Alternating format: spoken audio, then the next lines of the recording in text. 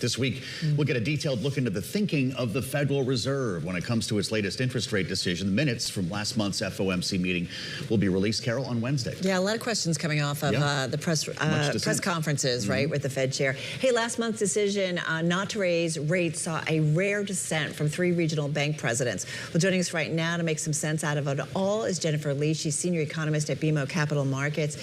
Jennifer, good to have you here with us. This is a focal point in this new era of the U.S. Central Bank. What are you watching out for when it comes to the FOMC minutes?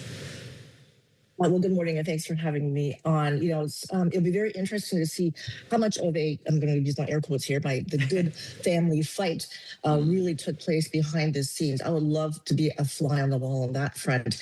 And this will be the interesting one because, you know, this is like the second meeting that Fed Chair Warsh chaired over. The first one, everyone was unanimously behind him, supporting him on the decision to stay the course. And then the second one, boom, 3 dissenters. So it'll be very interesting to see what kind of discussion went on behind the scenes. And then, of course, how much of it will heat up in the coming months as well, just given all the mixed data that we've seen of late. We've seen a big move in interest rates, and there was quite the freak out in the markets following the most recent meeting that we'll be reading into in these minutes. Jennifer, when's the 10-year going to hit 5%? Oh, that's a great question. I wouldn't be surprised if it's, you know, sooner rather than later, just given the upward pressure. Yeah, just given the upward pressure that we've seen overall, like worldwide as well. Just, you know, more demand, I think, for just to spend more as well. So anyway, we're going to have to see how that fares, see what other banks around the world are doing as well in terms of what their holdings of treasuries are. You know, China's been ramping them down or rating them lower, I guess. You know, so, I mean, again, it's all going to depend on how, you know, what other central banks are doing, what other economies are doing, and what inflation expectations are doing around the world as well. So, you know, the thing that has kind of freaked out investors, freaked out everybody who watches the Fed, is that we're not getting that, you know, forward guidance, right? So-called forward guidance when it comes to interest rates. So what do you look at specifically to get an idea of where rates are headed?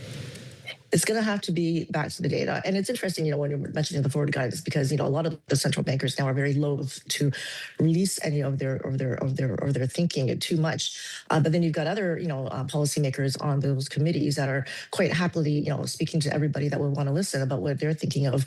And so it's very confusing. So I can totally see some of the efforts to clamp down on those communications. But it's going to be all back down to the data. And it can't be just one piece of data, one data release, like the non-farm payrolls report, because we know that the surveys, the respondents, they're a lot less than what they used to be. You know, it used to be like 90% response rate. Now we're like 70% or so. So you have to look at the whole gamut of data releases to make sure that they're all telling the same story. And of course, it can't be just 1 month, because we know that 1 month doesn't make a trend. It's got to be like at least 2, ideally 3 months before we can see some sort of idea or have some sort of sense of which way, you know, policy is going to be leaning. Jennifer, what do you think the Fed needs to do when it comes to interest rates? And take us out through the meetings for the rest of the year and maybe into early next year. So well, it helps. I want to hear this. Investors want to be forward-looking, like not backward-looking. We know what you did already, right? That's a year. So we, even within BMO, you know, we have a lot of debate within, you know, all the economists and the strategists as well, as opposed to which way rates should be leaning. And, you know, officially we are calling for the Fed to do absolutely nothing for at least the next stretch, because there's so much noise going on. And I think they can afford to be patient. So we don't look for any moves until probably the last quarter of 2027, and that we're leaning towards a cut at that point. Wow. We are open to interpretation. We're open to changing our minds, because as the data change, you know, we're not married to this, right? Like, so the next move by the Fed is not even an increase; it's a cut later. Right, but not for another, like, whoa, 1 year out. You know, so much could happen. Because the economic cycle's coming and done. Like, are you using the word recession at all?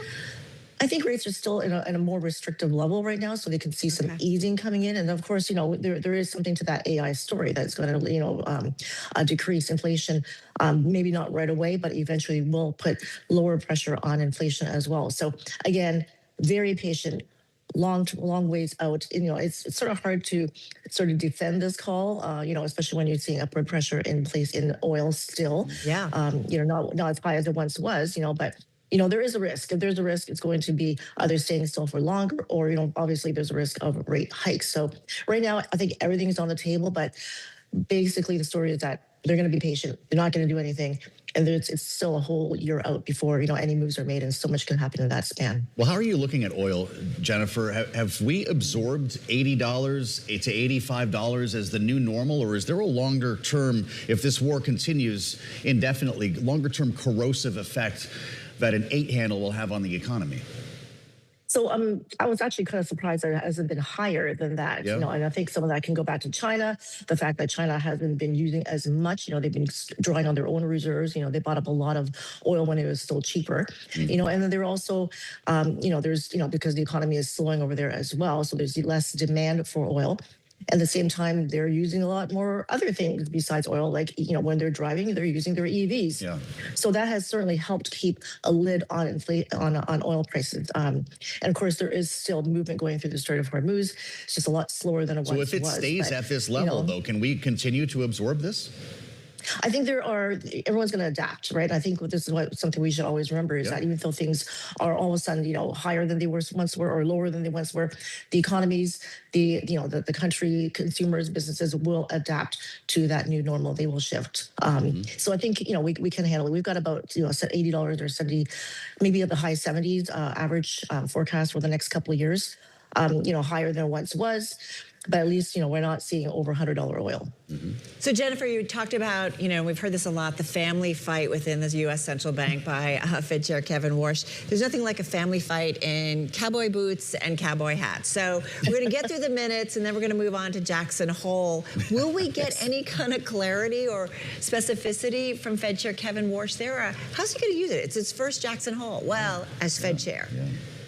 I have to go to the Fed chair. He is a pro at handling all of these. He's only had a few, by the way, public appearances since he became chair. He has had the 2 meetings. He had the his testimony in front of Congress, and of course, he was at the ECB forum in Sintra, Portugal. But he has managed to say very little about which way rates are going. So we'll have to see how that goes.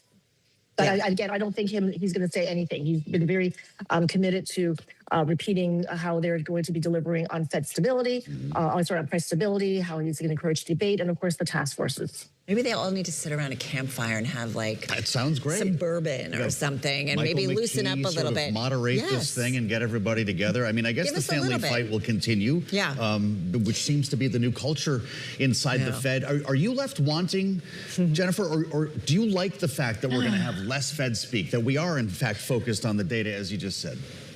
Interesting you're asking me this now, because normally I would have said, I would like to know what people are thinking. But, it's not just the Fed chair. He's like one person, one vote. I would love to know what everyone else is thinking.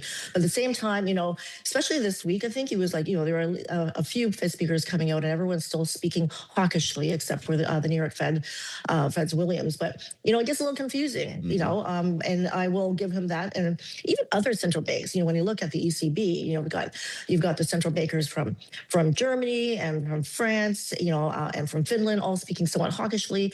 And then you have the other ones who are a little bit more dovish, so it's hard to glean which way they're going. And especially the Bank of England, that's my big thing. When you've got 3 super hawks on the Monetary Policy Committee, 6 who are not as hawkish but leaning toward it, it gets very confusing as to which way the central bank is leaning. But for the Fed,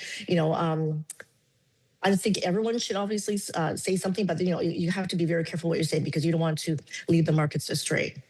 Yeah, that's for sure, because not like we pick apart every word that they say and trade off of it, perhaps.